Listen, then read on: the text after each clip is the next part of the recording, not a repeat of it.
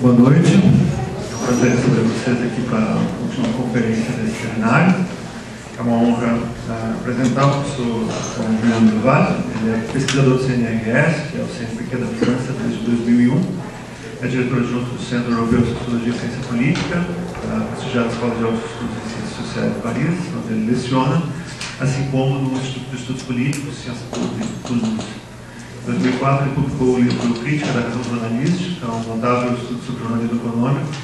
Em 2016, O Cinema do Século XX, Entre Ler o Mercado e Regras da Arte. Com Philippe Poulenc, organizou duas coletâneas, 30 anos após a extinção de Pierre Bourdieu, em 2013, e o guia, o manual da Routledge para ler a distinção de Bourdieu, em 2014. No Brasil, pode-se ler o capítulo Analisar um Espaço Social, no livro A Pesquisa Sociológica, organizado por Sérgio Pogão, traduzido por Francisco Morras, e publicado em 2015 pela Voz.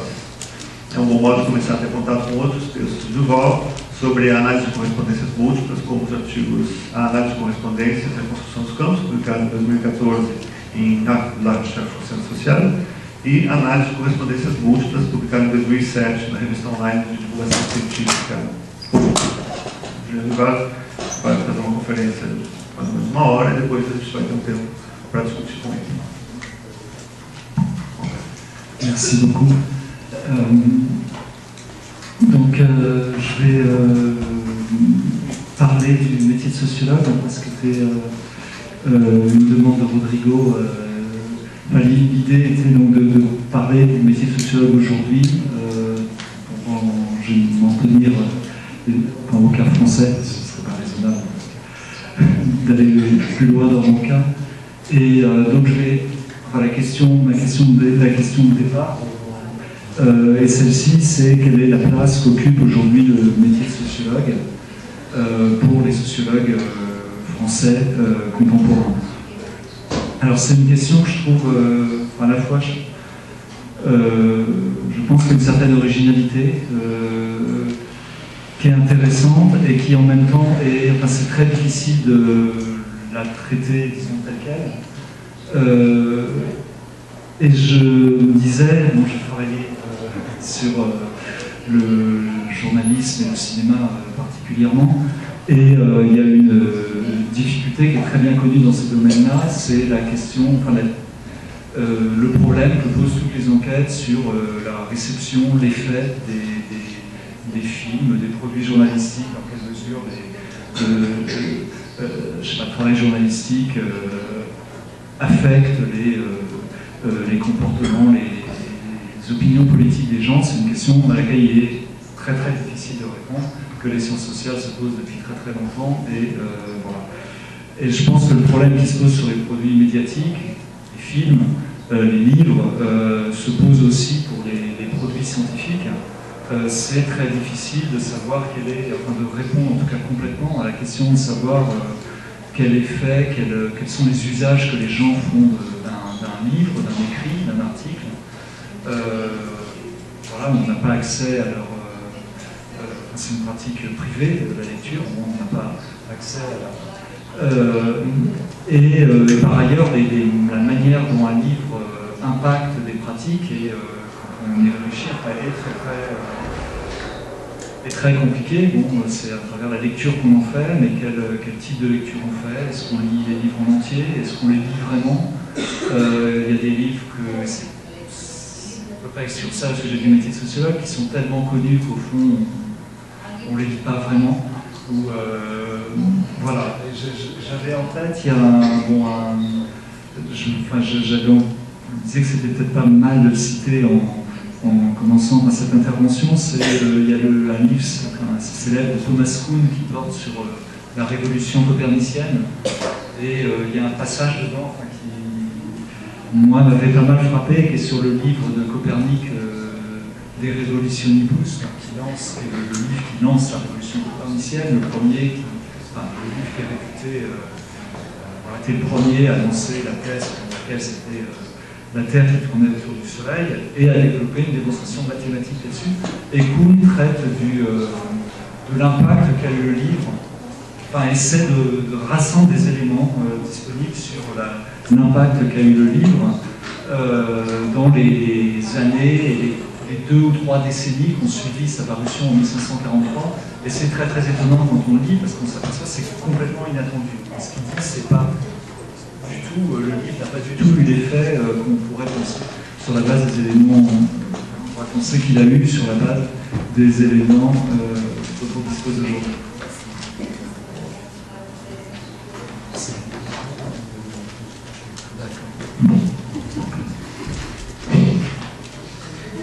Qu'est-ce qui... comme ça?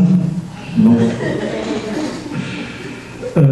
Voilà, donc j'évoquais des révolutionibus, à la fois, bon, parce que ça illustre, je pense, les questions le caractère inattendu que peut avoir l'effet d'un livre, bon, et par ailleurs, parce que ça permet d'introduire enfin, le thème des révolutions scientifiques. Alors je ne fais pas du tout un parallèle, je ne pense pas qu'on puisse comparer le métier de sociologue et des révolutionnibus, mais je pense que la question de savoir quelle est la place qu'occupe aujourd'hui le métier de sociologue en France, bon, mais la chose serait la même dans d'autres pays. Cette question, ça renvoie, il me semble, assez inévitablement à la question de savoir quel est l'effet que la révolution de Bourdieu a voulu faire en sciences sociales, en sociologie. Voilà, la question de la place qu'occupe le métier de sociologue, on voit la question de l'effet de cette révolution que Bourdieu a probablement voulu faire. Voilà, alors je reviendrai sur le terme de révolution qui peut paraître un petit peu excessif. Il me paraît justifié, je dirai tout à l'heure pourquoi. Sachant que si on voit les choses de cette manière, on peut dire que Bourdieu a entrepris une forme de révolution spécifique, symbolique, comme il aurait dit.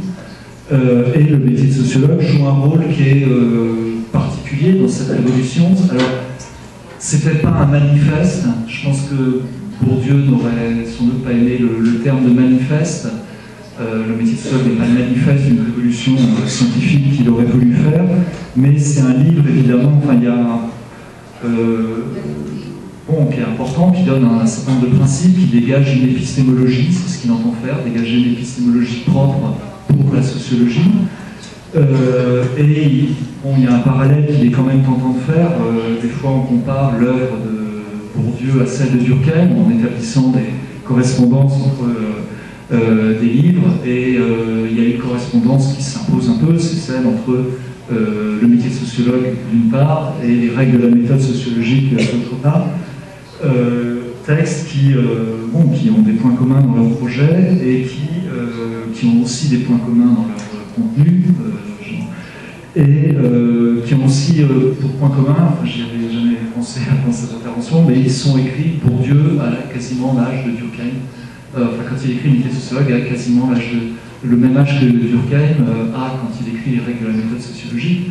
Et on a dans les deux cas, enfin, deux sociologues qui écrivent un livre à caractère épistémologique, méthodologique, bon, j'emploie le terme avec précaution puisque le métier de sociologue ne se veut pas un livre de méthode, mais dans le cas de Durkheim.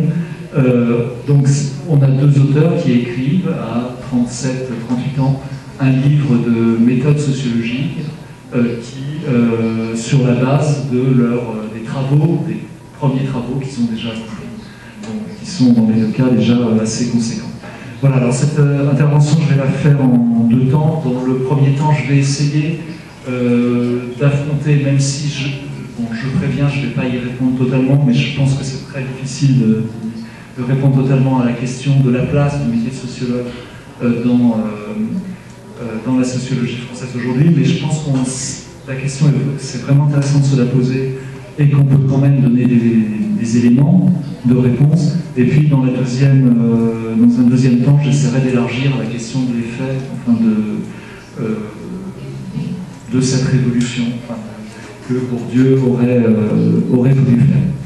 Alors, je commence donc en me centrant beaucoup sur le métier de sociologue.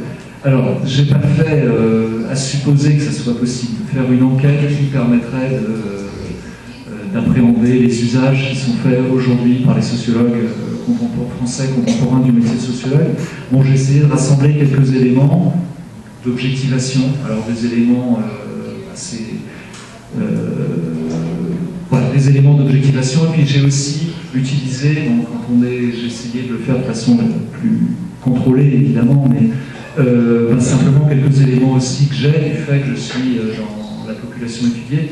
Bon, et sans généraliser mon propre rapport au métier de sociologue, bon, il y a des choses que je sais, comme tout sociologue, on peut savoir. Voilà, donc, alors, dans les éléments d'objectivation, bon, le plus simple, c'est évidemment ce qu'on appelle la bibliométrie.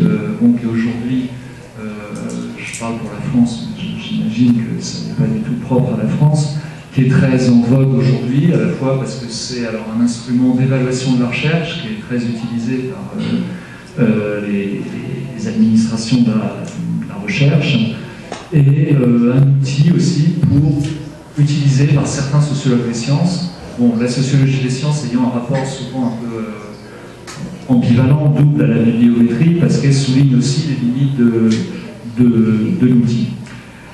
Alors, bon, donc c'est, il me faut prendre ce que je vais dire comme des indications. J'ai fait des comptages assez rapides, enfin, sur un site français, pour ceux qui connaissent, c'est le site Cairn, enfin, c'est un site francophone, exactement. Donc c'est un site qui rassemble les principales revues francophones de sciences sociales et qui rassemble de manière moins systématique aujourd'hui un certain nombre d'ouvrages, y compris des manuels de sciences sociales et de sociologie notamment. Je m'en suis tenu à la période parce que c'est la période sur laquelle les collections étaient plus complètes, les 10 dernières années, 2007-2016. Il apparaît que le métier de sociologue fait l'objet d'environ un peu plus de 18 citations par an dans le corpus de Cairn. Alors, je pense que le chiffre n'a pas une grande importance. Il est évidemment lié, le corpus serait plus grand, il serait plus grand, etc. Pour donner quand même un ordre de grandeur, bon, les règles de la méthode sociologique de Durkheim est citée 3 fois plus. Donc on peut penser que c'est beaucoup, on peut aussi penser que c'est pas tellement beaucoup plus. Les structures élémentaires de la parenté, Lévi-Strauss, 3 fois, on est aussi dans l'ordre de 3 fois plus. Donc on n'est pas dans les métiers de sociologue, il y a des livres plus cités que le métier de sociologue aujourd'hui, mais bon, une première indication, c'est que le métier de sociologue, 50 ans après sa parution, puisque c'était l'idée, n'est pas du tout un livre oublié, c'est un livre qui est au moins toujours cité par les sociologues français. Alors, une première remarque, en entrant un petit peu dans le contenu de ces citations, j'ai essayé de le faire, c'est qu'un certain nombre de citations du livre sont le fait d'articles ou de livres qui évoquent explicitement l'histoire de la sociologie française. Le métier de sociologue est considéré comme une date, enfin l'apparition du métier de sociologue en 68, semble assez largement être considéré aujourd'hui comme une date dans l'histoire de la discipline en France. Et c'est même l'une des... il y a quelques grandes dates de ce moment de refondation de la sociologie française dans les années 60, à partir de la fin des années 50 et des années 60. Voilà, le métier de sociologue me semble faire régulièrement partie des 3-4 grands moments comme ça qui sont donnés de la reconstruction de la sociologie française dans les années 60 essentiellement. Alors, il y a un terme qu'on peut être très tenté, et j'avais proposé comme titre pour l'intervention, un terme qu'on peut être tenté d'appliquer au métier de sociologue dans ces conditions, c'est de dire que c'est devenu un ouvrage classique. Alors, je pense que le terme, je vais expliquer pourquoi je pense qu'il faut un peu s'en méfier, mais effectivement, on peut, dans un premier temps, dire c'est un ouvrage classique. Il n'est pas tombé dans l'oubli, loin de là, il est considéré comme classique. Et un classique, alors Bourdieu aimait bien rappeler l'origine du mot, qu'on peut avoir effectivement tendance à oublier. Alors, bon, je me suis reporté à un très vieux dictionnaire de la langue française du XVIIe siècle, mais qui lui rappelait qui rappelait que le mot, du mot classique, il dit que il, le mot, ne se dit jamais que des auteurs qu'on lit dans les classes, dans les écoles, ou qui ont une grande autorité.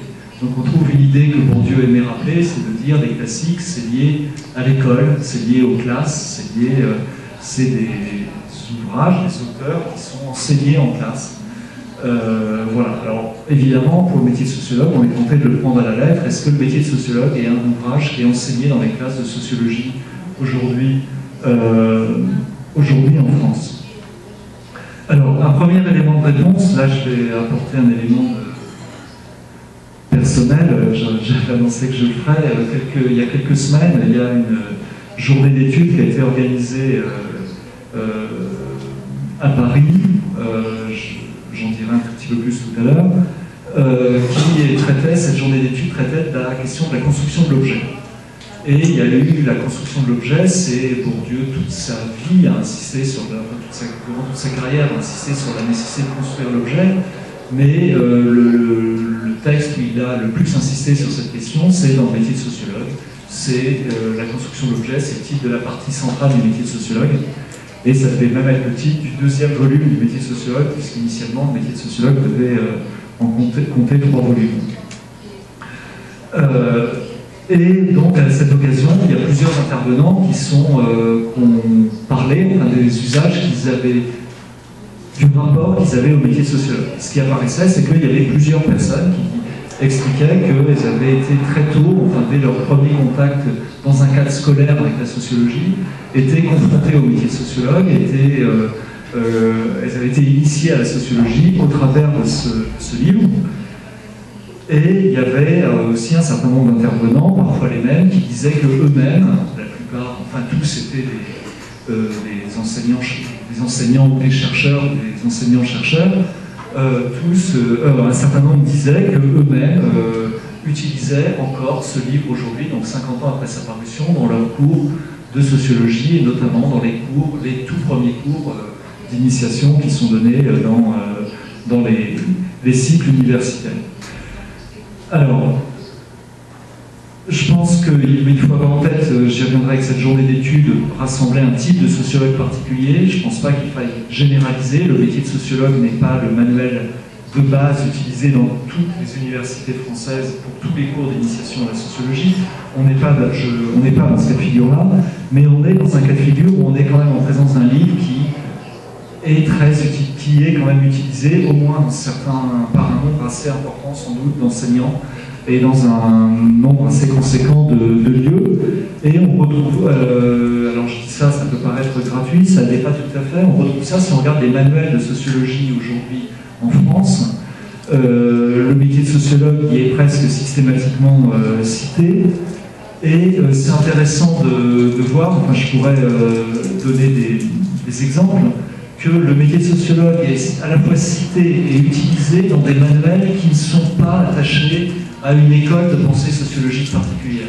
C'est-à-dire, pour le dire clairement, ce n'est pas uniquement des sociologues qui se disent proches de la sociologie bourdieusienne qui utilisent ou qui se réfèrent au métier de sociologue. Alors vous citiez le livre par exemple de Serge Pogam, l'enquête sociologique qui a été traduit au Brésil. Serge Pogam n'est pas un sociologue qui ne se dirait pas sociologue bourdieusien ou quelque chose comme ça, et dans son livre sur l'enquête sociologique, il y a un chapitre qui très explicitement fait référence à la question de la construction de l'objet et au métier de sociologue. Donc le métier de sociologue, c'est, je crois, imposé, non pas de façon générale, unanime, etc., mais c'est imposé au-delà d'une simple école sociologique. Et on trouve même des exemples de manuels. Je suis tombé sur un manuel de ce type qui utilise des sociologues très éloignés de Bourdieu et qui en même temps se réfèrent au métier de sociologue en disant que le métier de sociologue exprime un certain nombre d'exigences communes à toutes les écoles, à toutes les filiations théoriques. Et c'était le projet, l'un des projets du métier de sociologue, c'est de dégager, Bourdieu, Passeron et Chamboredon, qui sont les 3 auteurs du livre, le disent de cette manière, de dégager une théorie unifiée de la connaissance du social, une théorie de la connaissance du social qui soit commune à Durkheim, à Weber et à Marx. C'est-à-dire par delà, ce qui font la distinction entre la théorie du social de Durkheim, de Weber et de Marx. Donc ils disent, ce sont trois théories différentes du social effectivement, mais ils disent, derrière ces trois théories du social différentes, il y a une théorie de la connaissance du social convergente entre ces trois auteurs. Et donc le métier de sociologue s'est bien imposé effectivement, enfin au moins dans certains manuels aujourd'hui, exprime bien cette sorte de théorie de la connaissance unifiée pour les sociologues. Alors, en 50 ans, bon, ça c'est aussi un élément à prendre en compte, il n'y a aucun livre français ou étranger qui ne semble avoir supplanté le métier de sociologue. Il n'y a pas, en France, en tout cas, d'autres livres importants en termes d'épistémologie de la sociologie qui soient apparus et encore moins qui se soient imposés. Alors, il y a une chose, je pense qu'il faut introduire ici et qui est importante, c'est que le métier de sociologue, si le métier de sociologue est devenu au moins sous certains rapports un livre classique en France, c'est que, et c'est pas qu'un jeu de mots, la sociologie aussi est devenue un métier durant ces dernières décennies en France. Elle est, après tout, l'une des premières choses que disait le métier de sociologue, c'est que la sociologie devait être un métier. Et il y a eu un mouvement de professionnalisation qui est vraiment incontestable entre les années 60 et en France, entre les années 60 et la période présente. Je voudrais citer à cet égard un livre d'un sociologue qui s'appelle Gérard Roudeville, qui a publié, c'est un livre issu d'une thèse, je crois que le livre a dû paraître il y a une petite dizaine d'années. Alors ça serait bien que je retrouve le titre exact du livre. Le titre est facile. Vous allez comprendre pourquoi. Le titre exact du livre, c'est « Le métier de sociologue en France depuis 1945, renaissance d'une discipline ». Et l'une des grandes thèses de Gérard Roudeville, enfin la grande thèse de Gérard Roudeville, est de défendre l'idée que il cite au tout début de son livre un texte de Bourdieu et Passeron, qui n'est pas issu du métier de sociologue, mais qui date de cette époque-là, qui date de 67. Où Bourdieu et Passeron énumèrent les obstacles en France à l'institutionnalisation de la sociologie. Ils expliquent qu'il y a des tas d'obstacles matériels et intellectuels à l'établissement de la sociologie comme discipline dans l'espace universitaire. Et ce que Roudeville défend l'idée que dans les décennies 70, 80, 90,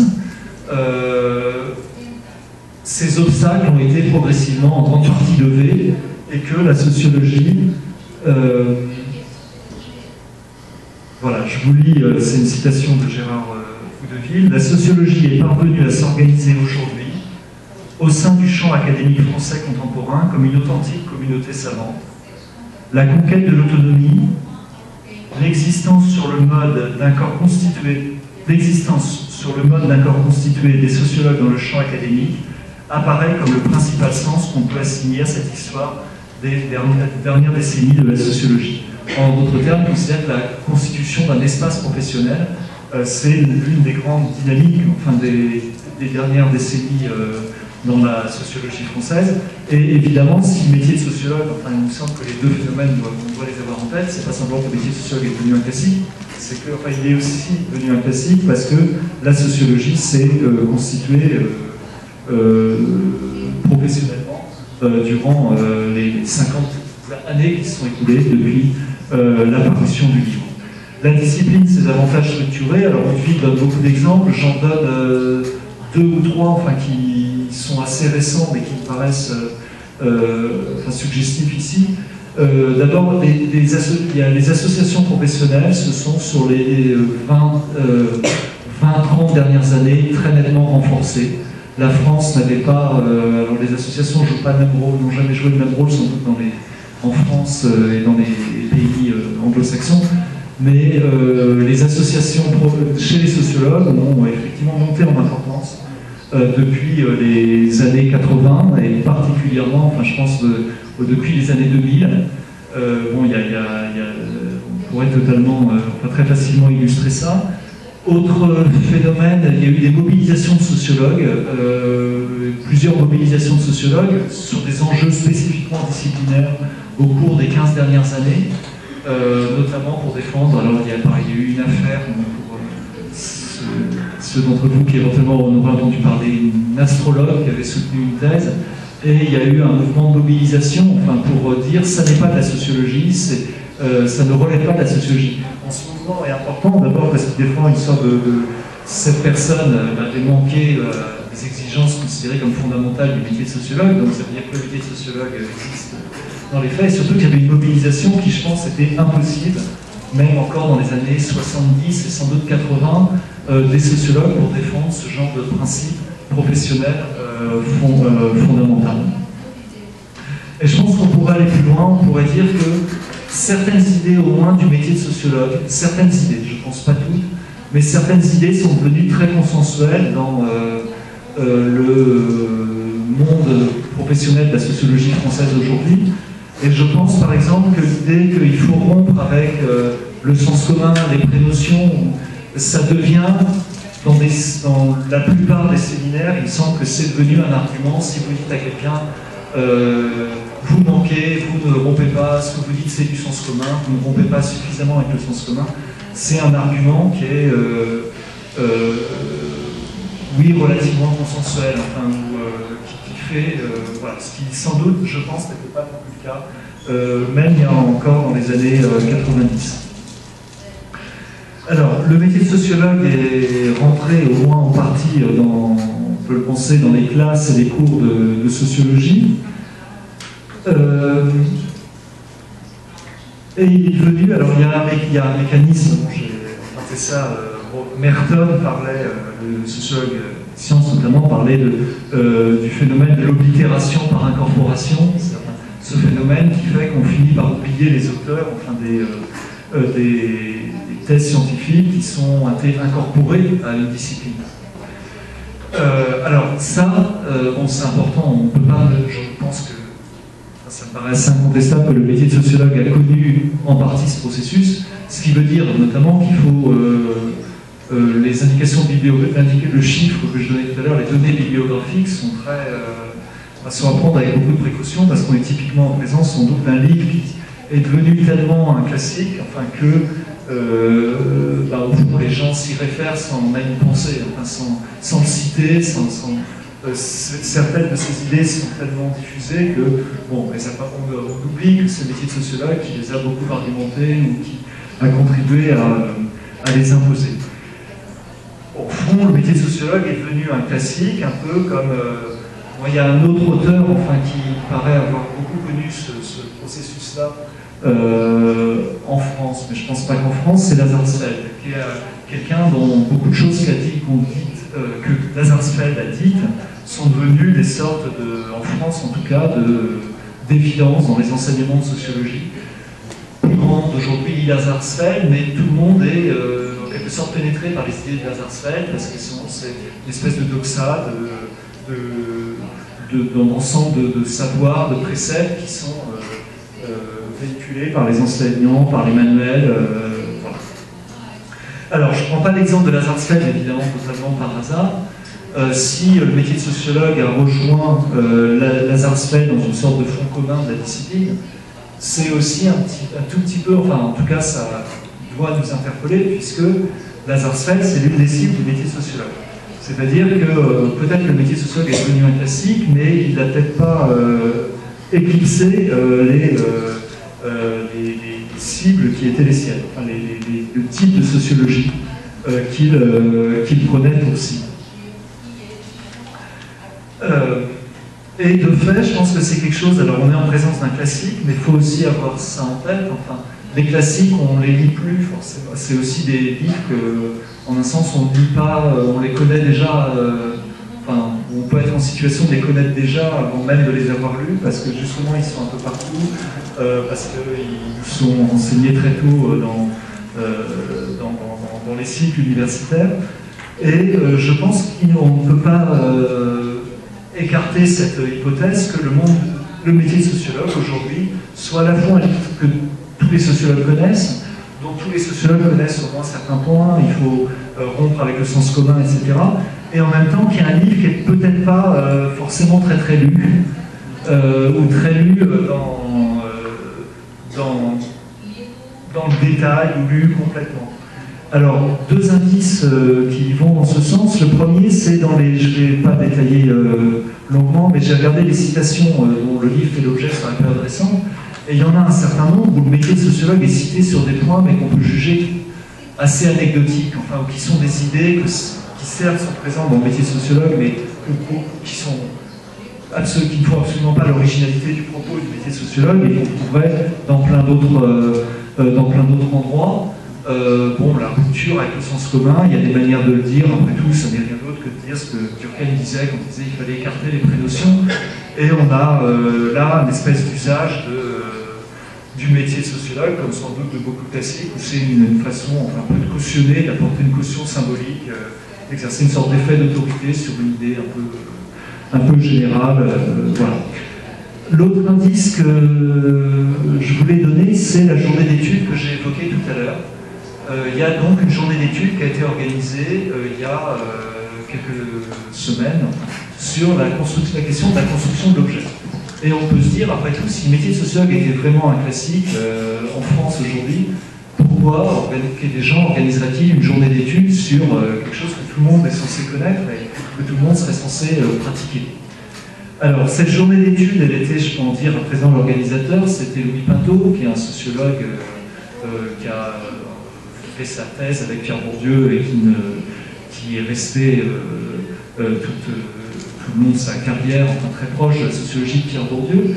Et son idée, très clairement, dans l'argumentaire notamment par lequel il présentait la journée, c'était l'idée qu'au fond, la notion de construction de l'objet, elle était un peu oubliée, que c'était routinisé, que c'était devenu justement une idée tellement classique que plus grand monde y réfléchissait aujourd'hui, que plus grand monde voit que un certain nombre de sociologues ne la pratiquaient plus, ne s'imposaient plus cette exigence, et c'était ça qui, à ses yeux, donc justifiait l'organisation d'une journée d'études sur cette question apparemment très classique.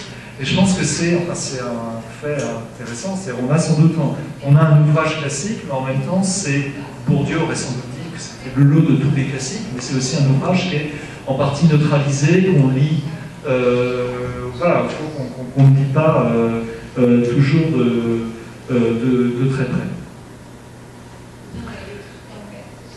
Alors, ce qui peut encore aller dans ce sens-là, c'est que, en fait, le métier de sociologue, j'ai présenté jusqu'ici en disant, voilà, c'est un classique, je pense que c'est vrai, avec certaines limites que j'ai déjà indiquées, et en même temps, il faut avoir en tête que, alors pour être honnête, j'avais en tête mon propre rapport au métier de sociologue, mais bon, il n'est pas très intéressant, on peut me dire, c'est très personnel, donc j'ai essayé de m'appuyer sur des éléments qui ne me concernent pas, qui me dépassent,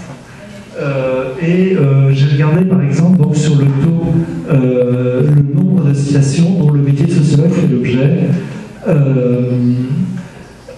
Donc j'ai mis sur la période 2007-2016, mais j'ai fait cette fois-ci en comparaison avec les autres ouvrages de Bourdieu.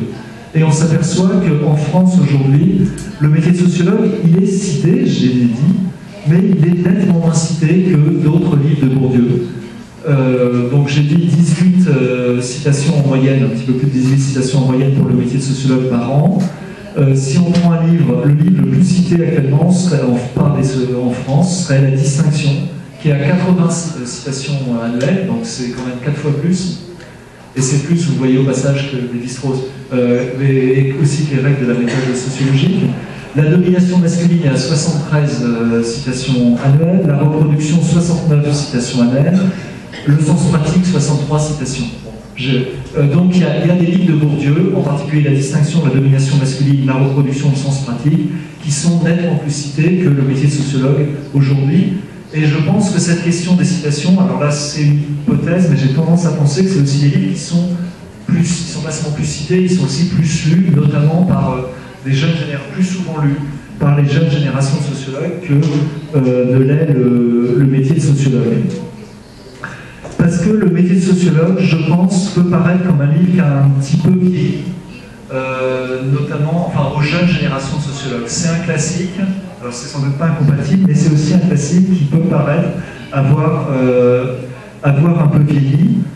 Alors j'argumente un tout petit peu. D'abord, c'est un livre, le projet du métier de sociologue, c'est de dire, c'est formulé comme ça à certains endroits dans l'introduction du livre, le projet, c'est, donc je cite, c'est page 20 de l'édition française, transposer la philosophie du travail scientifique de Gaston Bachelard au cas des sciences de l'homme. C'est transposer la philosophie de Bachelard donc, au cas des sciences de l'homme. Alors, je pense qu'aujourd'hui, enfin Bachelard, et dans la journée d'études justement sur la construction de l'objet, il y avait des philosophes de la science, bon, et qui disaient que Bachelard était devenu une référence plus très présente enfin, dans la philosophie des sciences aujourd'hui en France. Et de fait, je ne pense pas que Bachelard soit une référence enfin, très familière, a fortiori aux jeunes sociologues sans formation philosophique aujourd'hui. Par ailleurs, il y a des choses, enfin il me semble en tout cas que certains thèmes, certaines formules, le style du métier de sociologue, moi je pense paraît aujourd'hui un petit peu daté pour des jeunes sociologues. Et certains thèmes peut-être avaient plus de résonance dans les années 60 qu'aujourd'hui. Le thème notamment de la rupture avec le sens commun, bon, la rupture avec l'idéologie qui était sans doute plus fort enfin, dans les années 60, notamment avec les résonances politiques qu'il pouvait avoir. C'était aussi un contexte, Bourdieu le rappelait pour s'en démarquer, mais il a souvent rappelé que la coupure épistémologique que proposait Louis Althusser au même moment était aussi une autre variante sur ce thème, sur un thème donc, qui était un peu dans l'air du temps. Autre élément qu'il faut avoir en tête, alors d'un point de vue d'un lecteur français, et particulièrement d'un jeune lecteur français, c'est que, en fait, je pense qu'il ne faut pas forcément avoir l'idée que Bourdieu, Chamboredon et Passeron voulaient écrire un livre qui serait un classique, aurait vocation à être enseigné dans les classes de sociologie éternellement. C'est un livre qui est lié à des considérations assez conjoncturelles à certains égards. C'est un livre qui est lié enfin, à un état particulier, le projet même du livre est lié à un état particulier de la sociologie française, celui des années 60. Or, cet état a beaucoup bougé.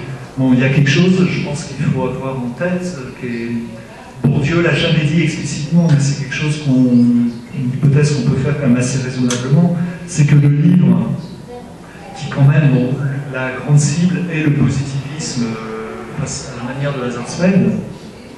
Le livre paraît en France en 68, et c'est juste après la parution en France du livre qui s'appelle Le vocabulaire des sciences sociales, donc qui est l'un des livres de Lazarsfeld, de la méthodologie de Lazarsfeld, co-signé dans l'édition française par Raymond Boudon.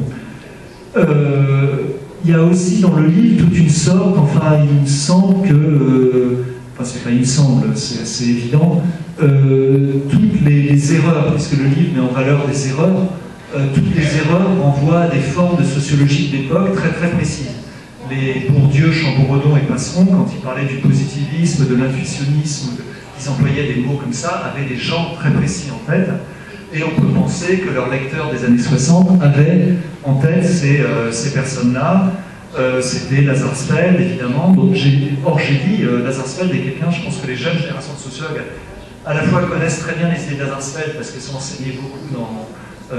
c'est une forme de doxa, et en même temps ne connaissent absolument pas Lazarsfeld, ne savent pas que c'est Lazarsfeld. Voilà. Edgar Morin, sur lequel Bourdieu de toute façon avait écrit un article très, très polémique, bon, qui était l'exemple même d'une forme de sociologie non professionnelle, essayiste, etc. Je ne suis pas sûr que, même si Edgar Morin est toujours vivant et très présent dans les médias français, je ne suis pas sûr que ça soit une référence pour des gens de 20 ou 30 ans, et même pour des gens de mon âge, c'est pas quelqu'un, Edgar Morin, de très familier. Quelqu'un que Bourdieu avait beaucoup en tête à l'époque, c'était Lucien Goldman aussi, comme réaction. Lucien Goldman n'est plus un auteur lu par les jeunes, globalement par les jeunes générations de sociologues. Et je suis tombé sur un entretien de Bourdieu qu'il a donné en 88, 89, je crois, enfin 20 ans après le métier de sociologue, où il revient sur des sociologues des années 60 qu'il avait dans sa ligne, qu'ils avaient un peu dans leur ligne de mire, et il y a des noms, moi, qui me disent strictement rien. Donc je me dis qu'à fortiori pour des gens plus jeunes, le révérend père Debray, par exemple, c'est quelqu'un, je ne sais pas, et apparemment, Bourdieu l'avait, Bourdieu, patron Chamboredon, l'avait beaucoup en tête. Voilà, donc c'est un livre, on peut dire, qui est un tout petit peu, qui peut paraître un petit peu daté aussi aujourd'hui. Et l'entretien que je citais de Bourdieu de 89 est très intéressant pour ça, parce qu'il dit, 20 ans après le livre, il dit que le métier de sociologue, c'est un livre qu'à son avis, il faudrait réécrire autrement. Donc il dit ça en 88, c'est-à-dire qu'en 20 ans après, il considère que s'il devait reprendre le métier de sociologue, il n'écrirait pas quelque chose de très différent, mais il l'écrirait autrement. Il a des mots à certains égards assez durs à l'égard du livre. Il dit c'est un texte trop programmatique. Donc je cite, un texte trop programmatique, c'est un discours trop didactique. C'est, dit-il, un livre de professeur qui répète sans cesse qu'il faut construire, mais sans jamais montrer pratiquement comment on construit. Bon, c'est quelque chose d'important, enfin, dans le regard que Bourdieu portait 20 ans après sur le métier de sociologue. Et alors là, je me permets de prendre mon propre cas.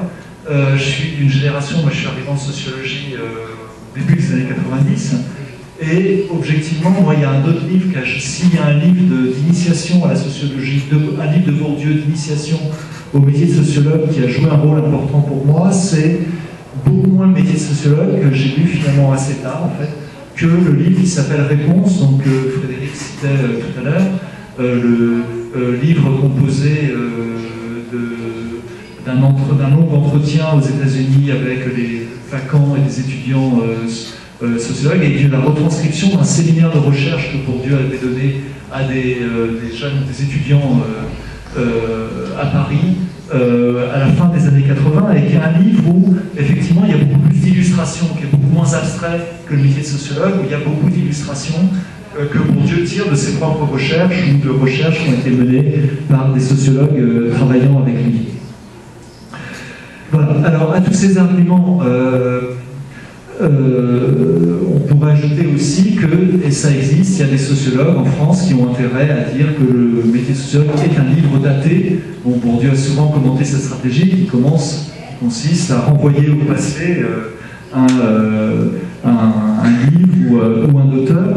Et dans les citations que j'ai trouvées sur le site dont je parlais et que j'ai regardé d'un peu près, on trouve dans un certain nombre d'articles ou de livres, on trouve cette stratégie rhétorique.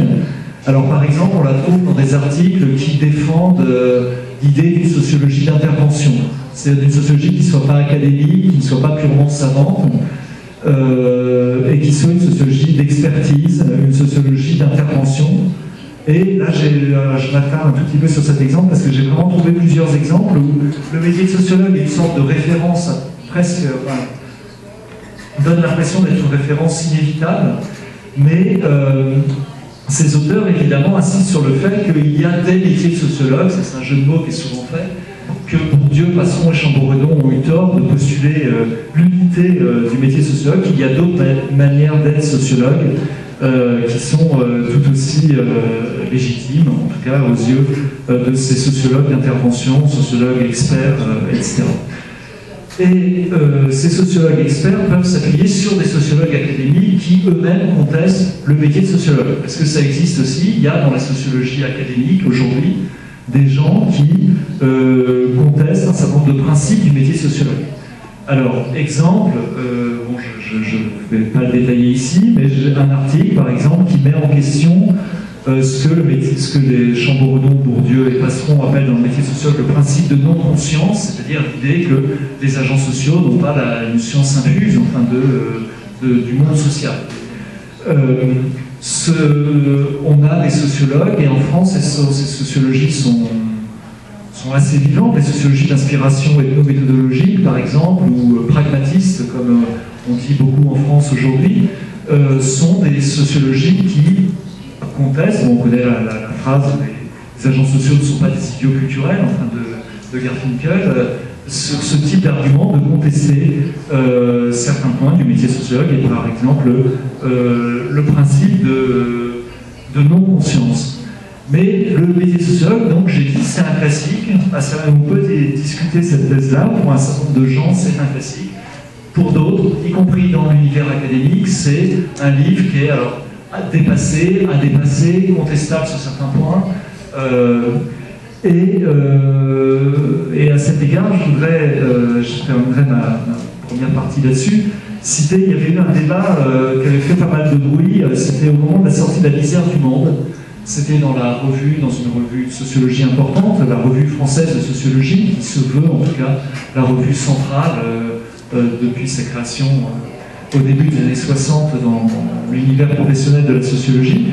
Il y avait eu un article qui avait attaqué La Lisière du Monde, et particulièrement les entretiens réalisés par Bourdieu lui-même, sur l'argument que Bourdieu ne respectait pas dans La Lisière du Monde les principes qu'il avait défendus dans le métier de sociologue. Et on trouve, je ne vais pas développer ici, mais on trouve toutes sortes de stratégies, en tout cas de positionnement de ce type. Là, on a un positionnement qui consiste à contester Bourdieu au nom du métier de sociologue. Mais ce n'est pas non plus un épisode isolé, une stratégie isolée. On a aussi des gens qui ont une certaine place en sociologie, dans la sociologie française d'aujourd'hui, qui peuvent rejeter un certain nombre de travaux que Bourdieu a fait ou qu'il a développés au nom du métier de sociologue, et par exemple en disant que en fait, le métier de sociologue serait un livre qui devrait beaucoup à Chamboredon. Ces sociologues peuvent se revendiquer de Chamboredon et mettre à distance Bourdieu. Donc on a aussi des jeux stratégiques autour du métier de sociologue qu'on pourrait analyser et qui introduisent donc à la question, je pense que ce qui se joue derrière ça, c'est au fond le métier de sociologue, c'est un livre. Alors, tout ce que j'ai dit, au fond, j'ai dit des choses très contradictoires en disant c'est un classique, il y a des choses consensuelles, il y a des... mais en même temps, certains disent que c'est un livre dépassé, etc. En fait, je pense qu'il n'y a rien de contradictoire à dire tout ça. C'est simplement des points de vue différents, des personnes différentes pensent des choses différentes sur ce livre. Et ce qu'on doit en conclure, en sociologue peut-être, c'est que simplement c'est d'abord un livre vivant, qui n'est pas oublié, qui est un enjeu de lutte. Il y a des luttes autour, encore aujourd'hui. 50 ans après sa parution, le livre est peut-être un classique, en partie, mais pas totalement, je l'ai dit, et c'est un classique autour duquel il y a encore des batailles. Les gens discutent encore autour de ce livre, se positionnent de façon différente autour de ce livre. Et ce qui se joue, c'est souvent, plus généralement aussi, la question du rapport à la sociologie de Bourdieu. Alors, je voudrais, dans le temps qui me reste, merci, aborder plus frontalement cette question-là.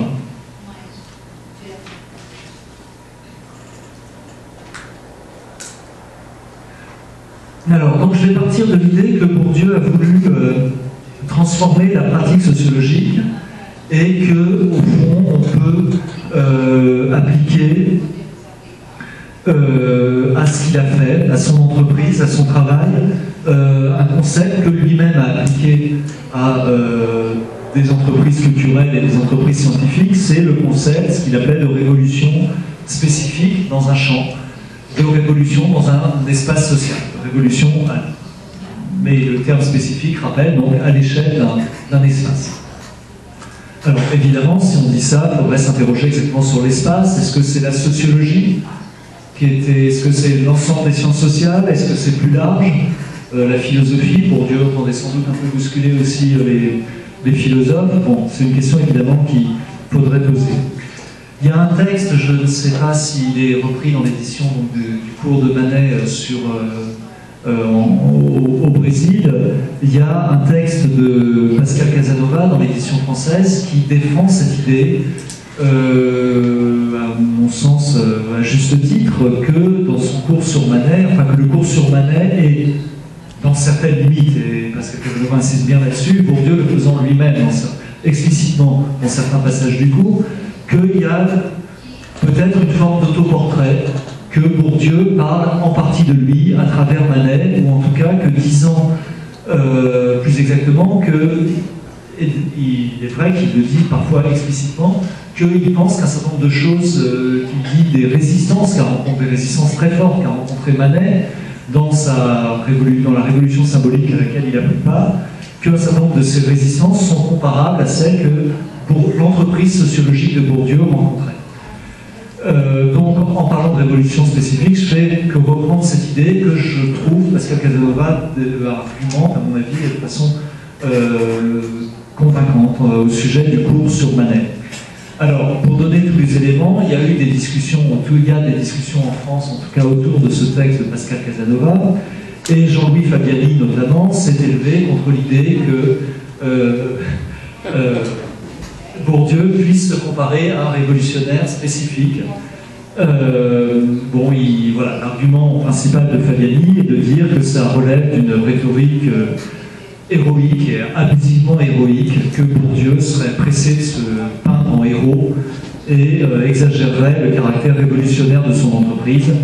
Fabiani faisant valoir que, en fait, Bourdieu avait un sens très aigu du jeu académique et des transgressions qui sont bienvenues dans le jeu académique et qu'il n'y a rien de révolutionnaire à ça.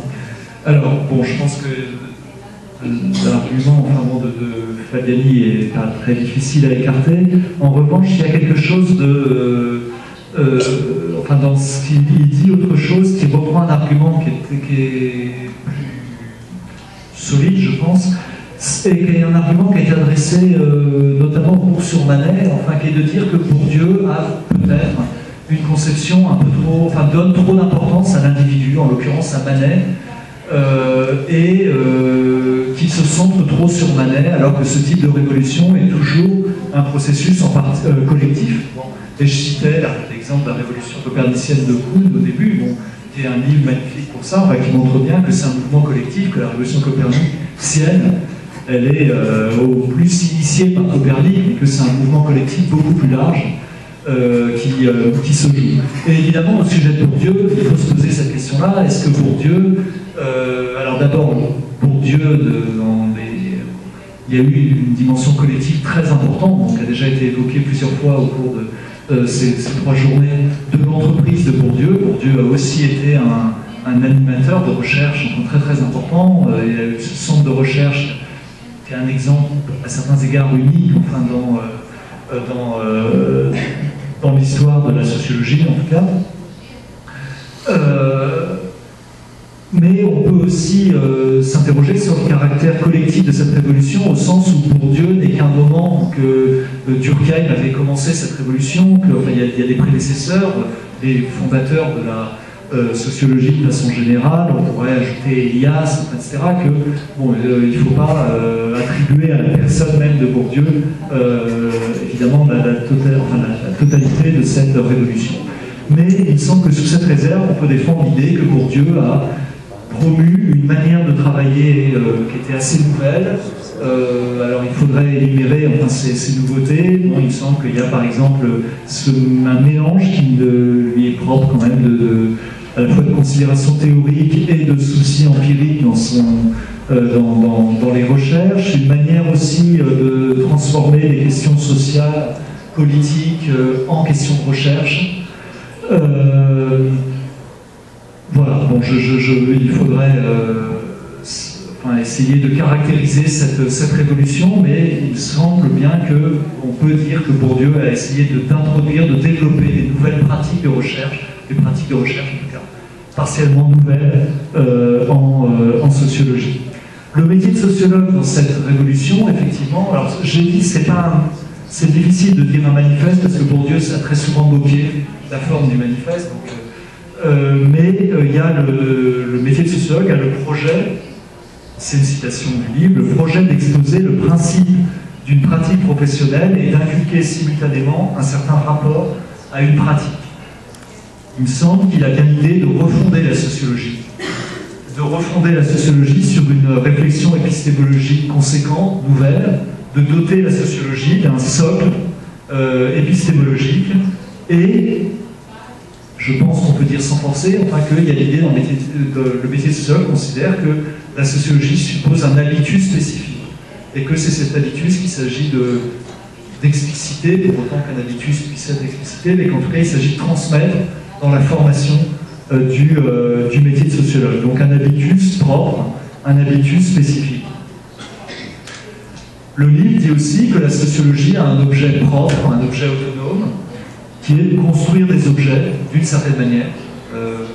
Il me semble qu'on peut lire le livre, c'est encore l'inspiration de Bachelard, où on procède par dénonciation d'erreurs, l'erreur théoriciste, l'erreur empiriste, l'erreur intuitionniste, etc. Et que, au fond, ces erreurs correspondent dans l'esprit, enfin, on peut dire qu'elles correspondent dans l'esprit de Bourdieu, pour mettre un mot qu'il utilisera beaucoup par la suite, elles correspondent à des sortes de pratiques hétéronomes de la sociologie.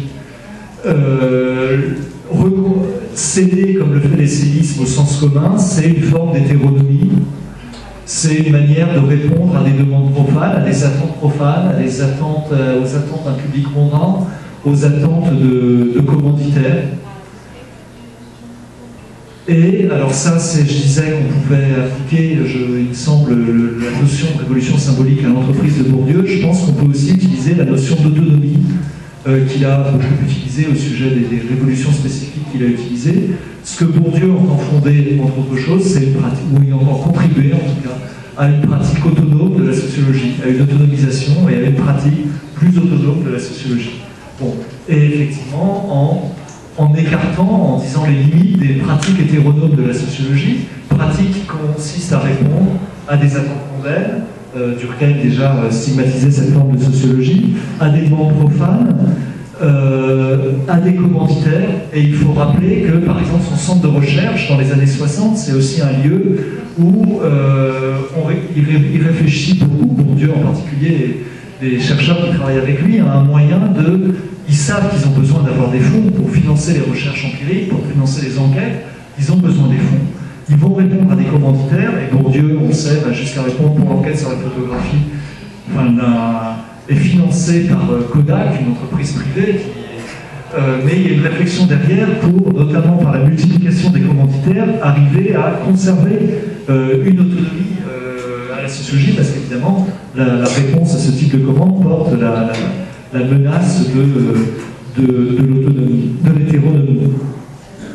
Et je crois qu'effectivement, on peut dire que l'autonomie, le souci d'accroître l'autonomie de la discipline, a été un souci constant chez Bourdieu. Et on pourrait même dire qu'il semble, Bourdieu a essayé de faire progresser cette autonomie, y compris par rapport à quelqu'un comme Durkheim. Enfin, il y a eu des critiques, Bourdieu très souvent a beaucoup rendu hommage à Durkheim, a voulu faire revivre la sociologie durkheimienne après l'éclipse qu'elle avait connue après la guerre en France. Mais il y a aussi des textes où Bourdieu désigne une limite à la sociologie de Durkheim. Il voit une forme de science d'État, comme son expression qu'il a surtout utilisée dans les années 80-90. Il y voit une forme un reste de science d'État, et une science d'État, c'est par définition hétéronome.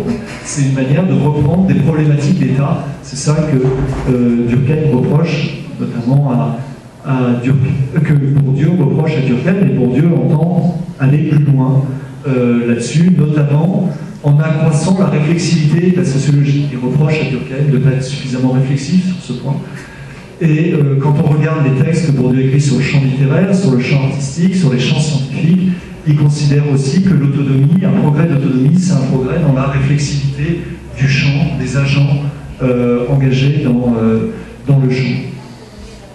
Bon, je développe pas plus, je pense que c'est... mais on pourrait donner encore plein d'exemples. Enfin, toutes les attaques de Bourdieu contre les pratiques sociologiques consistent à faire de la politique par d'autres moyens. C'est une défense de l'autonomie de l'entreprise sociologique. Bref, on pourrait, je crois, vraiment les multiplier. Et il y a aussi, alors ça je cite quand même, il y a aussi tout ce que Bourdieu a pu dire. Bourdieu, le terme...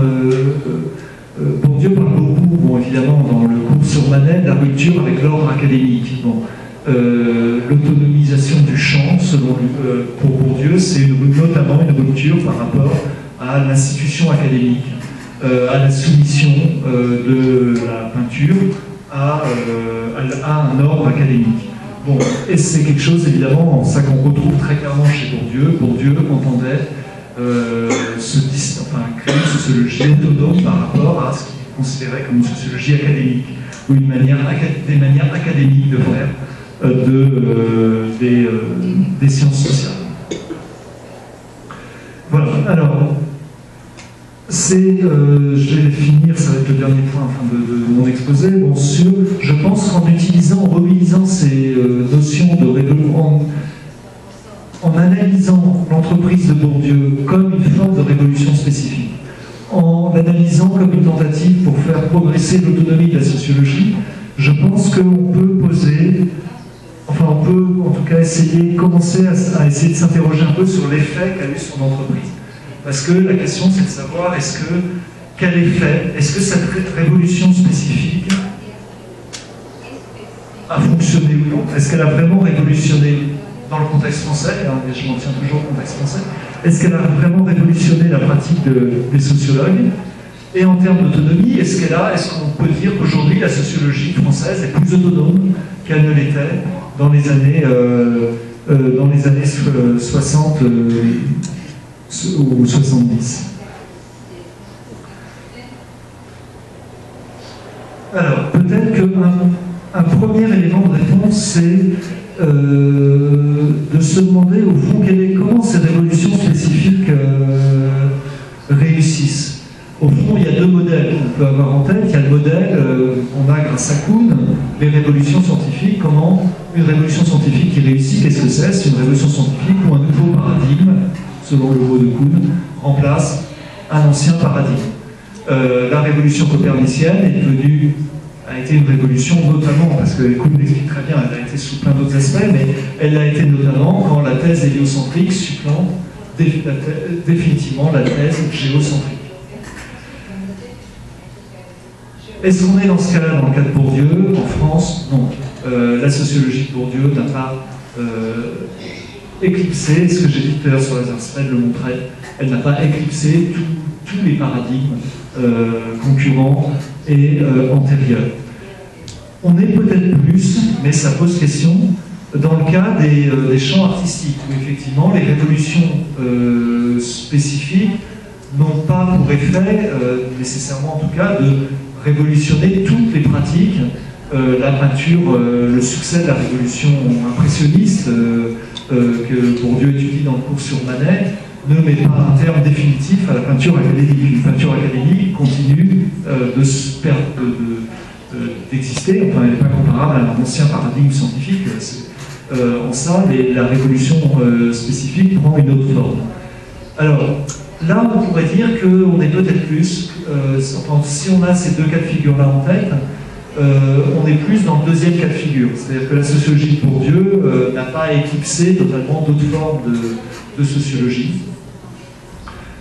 Mais dire ça, ça veut dire que Bourdieu a partiellement échoué aussi, parce que c'est un thème sur lequel il commentait souvent explicitement, au moins dans les dernières...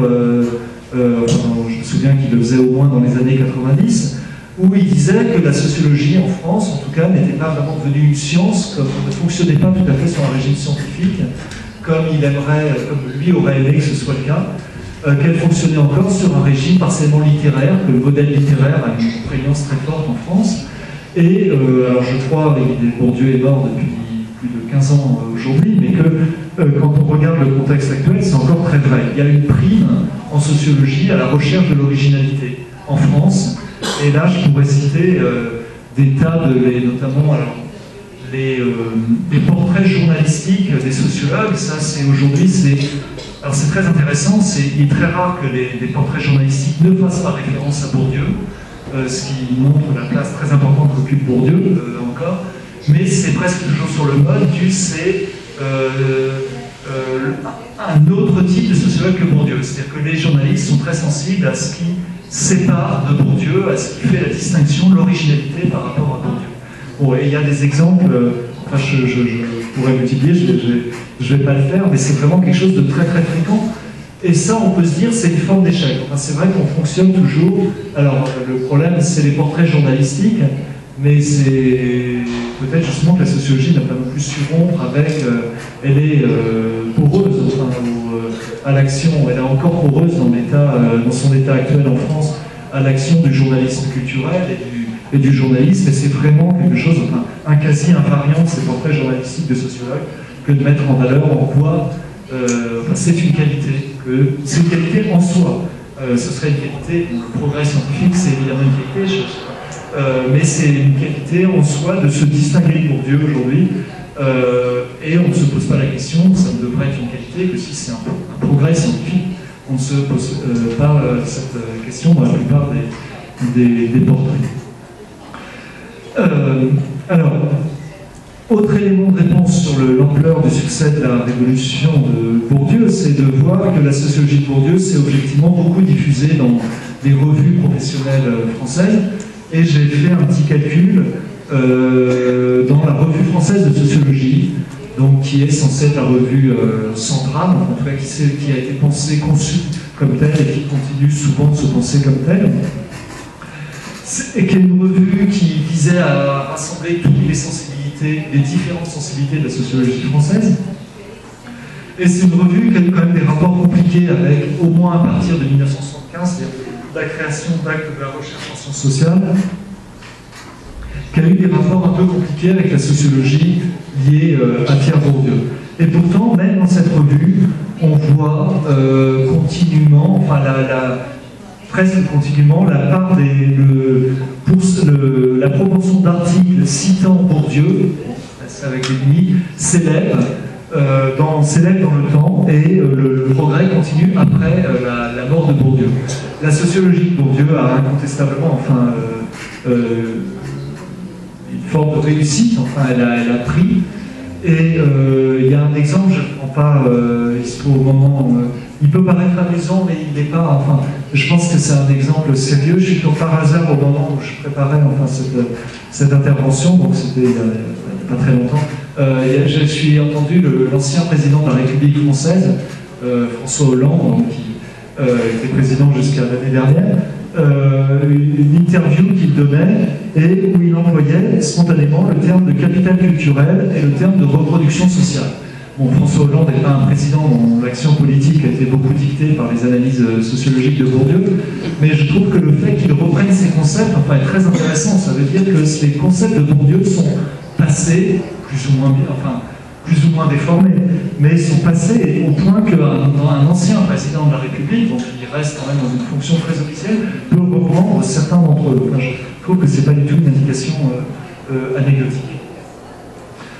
Alors, troisième élément, Bourdieu lui-même, à la fin de sa vie, parlait de son entreprise comme une révolution, mais portait un bilan un petit peu en demi-teinte. Il y a une phrase dans l'esquisse pour une auto-analyse que je lis. Bourdieu écrit « La révolution qui a été accomplie ». Il pense donc à ce qu'il a fait.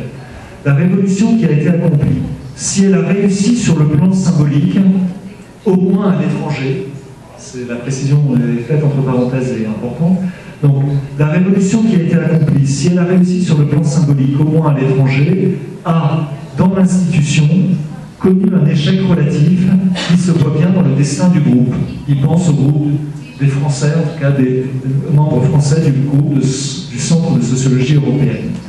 Celui-ci n'aurait pas été aussi continuellement soumis à des pressions et des réactions de défiance collective visant à empêcher sa reproduction normale si par la logique de son fonctionnement, autant que par le contenu de ses productions scientifiques, il n'avait pas menacé l'ordre et les routines du champ.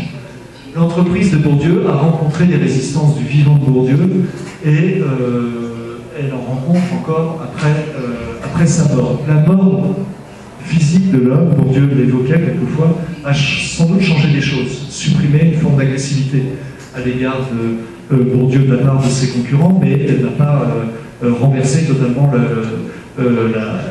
la situation.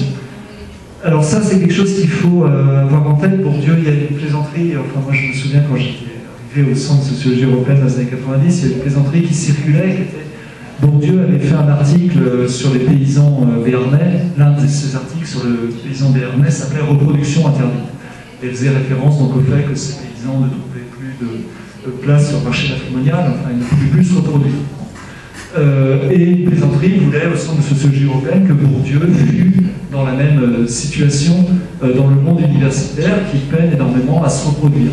Et c'est vrai que la destinée universitaire de ces doctorants, par exemple, est français, si on s'en tient à ces doctorants français, il y a peu de travaux là-dessus, et pourtant ça serait un point très intéressant à étudier. Bourdieu n'a pas été un mandarin qui aurait placé partout ses anciens élèves, on n'est pas du tout dans cette situation-là. Certains de ces anciens élèves n'ont pas trouvé de poste, de ces élèves français, dans l'université française. D'autres se sont éloignés de lui, parfois peut-être, enfin, en tout cas se sont éloignés de lui, donc la question ne se pose pas. Et un certain nombre ont trouvé des postes au CNRS, qui est un endroit alors, qui permet de mener des recherches, mais qui n'est pas un endroit de reproduction universitaire comme l'université. Enfin, et au fond, il n'y a que deux élèves français de Bourdieu qui ont vraiment acquis des positions universitaires un peu importantes, enfin, assez notables. C'est Charles Slow qui a créé une forme d'école, effectivement, à l'université de Nantes, qui n'est pas une université parisienne, mais qui est une grosse université en sociologie, et qui effectivement a créé une forme d'école. Et l'autre cas, mais qui serait plus compliqué à regarder en détail, je pense, c'est celui de Rémi Lenoir, qui a fini sa carrière effectivement comme professeur à l'université de Paris 1, à la Sorbonne, mais dans une situation, enfin c'est un cas de figure, c'était pas pour autant, on va dire, un mandarin de la Sorbonne qui aurait été en position d'imposer la sociologie, vraiment il n'est pas du tout dans cette position-là, la sociologie pour Dieu, à la Sorbonne. Alors, je vais finir.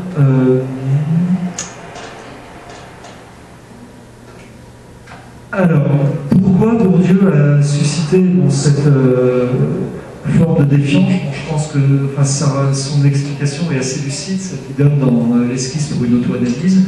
Elle renvoie aussi à ce que disait Frédéric pour l'analyse des données cet après-midi. Il y a une forme d'inertie très forte de conservation de l'institution universitaire et de réaction sans doute très conservatrice qui a été faite à l'œuvre de Bourdieu en général, et pas simplement à l'usage de l'analyse des correspondances. Et cette inertie se reproduit en partie aux générations suivantes, c'est-à-dire les personnes qui détenaient le pouvoir universitaire de vivant de Bourdieu. Aujourd'hui, pour beaucoup d'entre elles, sont parties à la retraite, enfin ne sont plus, mais sont remplacées elles-mêmes dans la place, sont des gens qui ne sont pas forcément beaucoup mieux disposés à l'égard de la sociologie de Bourdieu, et qui parfois peut-être ont même été sélectionnés précisément pour leur réticence à la sociologie de Bourdieu. Je pense néanmoins qu'il y a un changement générationnel, que les jeunes générations sont des générations à qui la référence à Bourdieu est familière, parce que même si Bourdieu, il y avait des endroits entiers de l'université en France, juste dans les années 90, sa sociologie n'était pas enseignée du tout, était ignorée. Bourdieu avait une telle place, au moins dans les années 90, dans le débat public, qu'il est très difficile pour les jeunes générations de sociologues d'avoir été formés à la sociologie sans du tout avoir été en contact avec Bourdieu. Mais, alors, les choses changent, mais ce qui change peut-être, c'est pas forcément une conversion, des jeunes générations, une conversion massive et totale au métier sociologue, à la sociologie de Bourdieu. Ce qu'on voit aussi, il y a une stratégie qui a été, j'en parle, en essayant d'employer le mot stratégie, pas de manière polémique, c'est une forme d'analyse, on la ferait sur n'importe quel type d'agent autrement. Il y a une forme de stratégie sociale qui consiste à dire à se reconnaître une forme de dette à l'égard de Bourdieu et en même temps à revendiquer une forme de critique, de distance à l'égard de Bourdieu. Et cette stratégie, dont je pense Bernard Lahire a été, c'était l'un des premiers utilisateurs, l'un des premiers en France à utiliser, à se faire connaître par ce type de stratégie. Cette stratégie est devenue assez commune 20 ans après. On pourrait donner aujourd'hui un certain nombre d'exemples de gens qui se reconnaissent dans cette position. C'est plus le pour et le contre. c'est le pour, enfin, c'est plus le pour ou contre, c'est le pour et contre, ou quelque chose comme ça. C'est-à-dire à la fois une façon d'être pour, voilà, et c'est une façon de cumuler évidemment les doubles profits, les profits qu'il y a dans un monde universitaire où la sociologie pour Dieu pose quand même toujours problème de cumuler, de percevoir les profits de la distance à Bourdieu, de la critique à Bourdieu, et puis dans un monde où Bourdieu quand même, et notamment à l'échelle internationale, bénéficie d'une forte reconnaissance, d'avoir les profits associés à Bourdieu. C'est aussi un petit peu une stratégie dans la révolution copernicienne. Il y a un personnage que Bourdieu souvent évoquait beaucoup, une figure un peu amusante, brillante par ailleurs, mais amusante, qui est Tycho Brahe, qui est cet astronome qui essaie de faire une synthèse entre ce que tolère l'Église catholique et Copernic, et qui montre un système complètement improbable.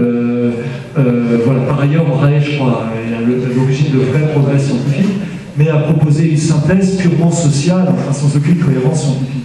Et je crois il y a des formes de stratégie de ce type aujourd'hui dans la sociologie française, et assez nombreuses, et qui peut-être n'auront pas beaucoup, qui avec le temps sont regardées un peu comme l'est le système de Tycho Brahe aujourd'hui.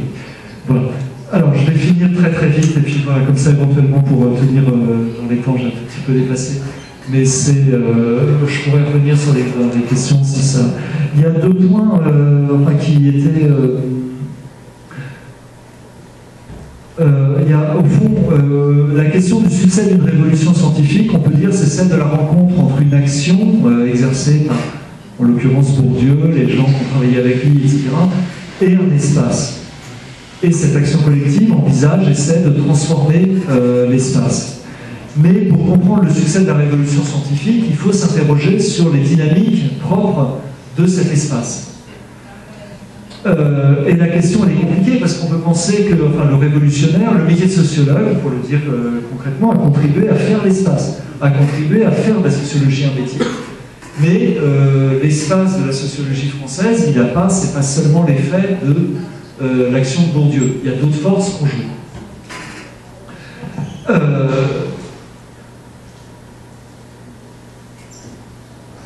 Alors, il y a d'autres forces qu'on jouait, et dans les forces qui jouent aujourd'hui, je pense qu'il y a un effet assez ambivalent par rapport à l'effet, au succès de la révolution de Bourdieu. Je crois que dans les dynamiques, il y a des dynamiques qui travaillent aujourd'hui l'espace de la sociologie, qui sont notamment liées à ce qu'on appelle, en France en tout cas, les réformes du monde de la recherche.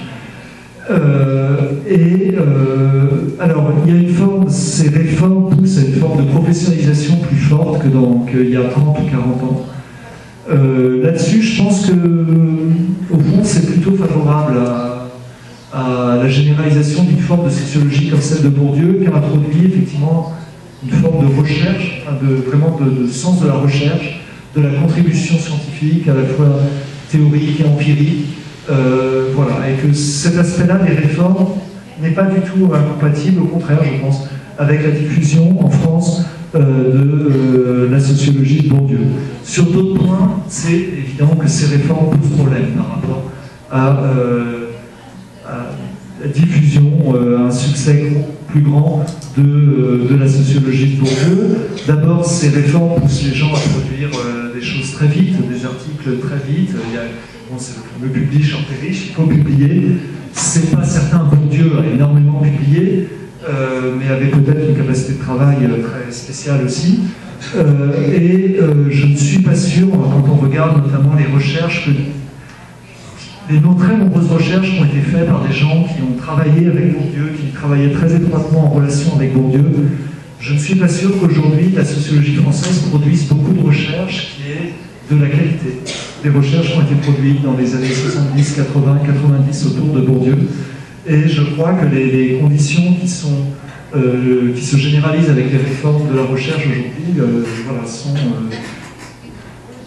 sont un obstacle à la reproduction de cette manière-là de faire de la recherche. Autre chose, ces réformes portent souvent une atteinte à l'autonomie de la recherche en sciences sociales, Et on voit très clairement, je pourrais donner des exemples, aujourd'hui dans la sociologie française contemporaine, il y a une sorte de retour massif de certaines questions de sens commun qui sont, voilà, c'est les questions d'éco-identitaires, c'est les questions sur lesquelles des chercheurs sont poussés à travailler parce qu'il y a des contrats et qui sont notamment jugés au nombre de contrats qu'ils sont capables de décrocher.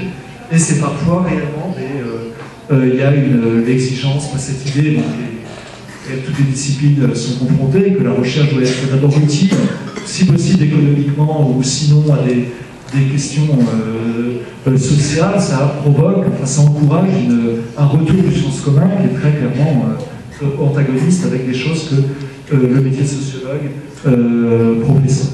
Et puis, tout dernier point que je vais donc juste faire que mentionner, c'est dans les dynamiques que la sociologie a connues, je pense qu'il serait très intéressant de s'interroger sur l'autonomisation que la discipline a connue, mais pas l'autonomisation au sens que Bourdieu donnait au terme, mais au sens simplement de la sociologie des professions. On est en présence d'un espace qui s'est professionnalisé, autonomisé, et je vais essayer de le dire de façon très rapide. C'est quelque chose qui a été un petit peu, que Frédéric a un peu évoqué tout à l'heure. L'une des dimensions de la professionnalisation, c'est que la sociologie s'est homogénéisée. Alors je pense qu'elle s'est homogénéisée autour, je l'ai dit tout à l'heure, autour d'un certain nombre de préceptes, et notamment des préceptes du métier de sociologue pour partie, mais c'est aussi homogénéisé dans les formations. Il y a aujourd'hui, c'est logique, dans les sociologues qui venaient en France à la sociologie dans les années 60-70 n'étaient pas des sociologues de formation, puisque la sociologie, comme discipline universitaire, s'organisait à peine. La création de la licence sociologie, c'est à la fin des années 50 en France, et ça n'est que... Aujourd'hui, on est dans une configuration où on a de moins en moins de reconversion disciplinaire. Les sociologues français dans les années 70, 80 et même encore sans doute 90, c'était pour une part importante des historiens reconvertis, des philosophes reconvertis, des littéraires reconvertis, bref, venés par la force des choses d'autres disciplines. On est aujourd'hui dans une situation où on a une forme d'homogénéisation des formations qui n'est pas totale. Hein. Il reste une certaine diversité des recrutements en sociologie, mais on a une homogénéisation des recrutements qui est beaucoup plus forte et des formations, simplement parce que la sociologie s'est professionnalisée et qu'elle s'est organisée en filière. Et il y a une question sur laquelle je pense qu'il est, dans le contexte français, c'est bien dans le sens que je la traite que très rapidement là, parce que une spécificité du système universitaire français disposait de ce drôle de concours qui est l'agrégation. Qui est un concours de recrutement des enseignements qui, je vous renvoie notamment à Homo Academicus, dans certaines disciplines, et conditions sine qua non en France au recrutement. En histoire, pour être recruté comme chercheur, en histoire, il faut, c'est pas une condition officielle, mais dans les faits, il faut avoir l'agrégation d'histoire. Pareil en philosophie. On n'est pas recruté à l'université en philosophie si on n'a pas l'agrégation de philosophie, qui est une agrégation en principe enseignée dans le secondaire. Mais c'est ainsi. Et je pense qu'il faudrait s'interroger dans le cas de la sociologie sur... la sociologie a vu apparaître une agrégation dans son cas. Alors elle n'a pas une agrégation propre, mais c'est une agrégation qui mêle l'économie et la sociologie. Donc Frédéric y a fait allusion tout à l'heure. Et on a la montée d'une agrégation spécifique. Alors il faudrait s'interroger, ça participe à une forme de professionnalisation, il faudrait s'interroger sur l'histoire de cette agrégation, sur laquelle il y a un certain nombre d'éléments. Il y a des gens, des historiens des annales, en particulier des gens formés par les annales, l'école des annales, ont joué un rôle important dans la mise en place de cette agrégation. Et on arrive aujourd'hui à une situation où les positions de pouvoir dans la discipline sont occupées, non pas encore exclusivement, comme c'est le cas en philosophie ou en histoire, mais commencent à être occupées dans une forte proportion par des gens qui sont passés par cette formation. Et cette formation, c'est à la fois, c'est une forme de professionnalisation de la sociologie, c'est une professionnalisation qui s'est faite autour d'une conception des sciences sociales et de la sociologie qui a beaucoup de points communs, des points communs avec la sociologie de Bourdieu.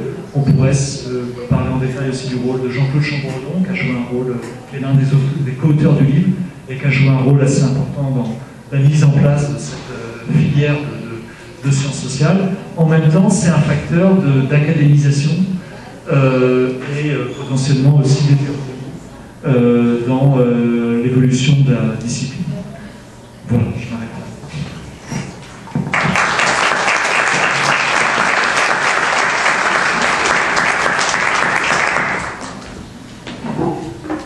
Obrigado, a gente tem tempo ainda para o debate, então pergunto quem tem perguntas. Começar. Vamos lá. Ernesto. Rodrigo vai fazer?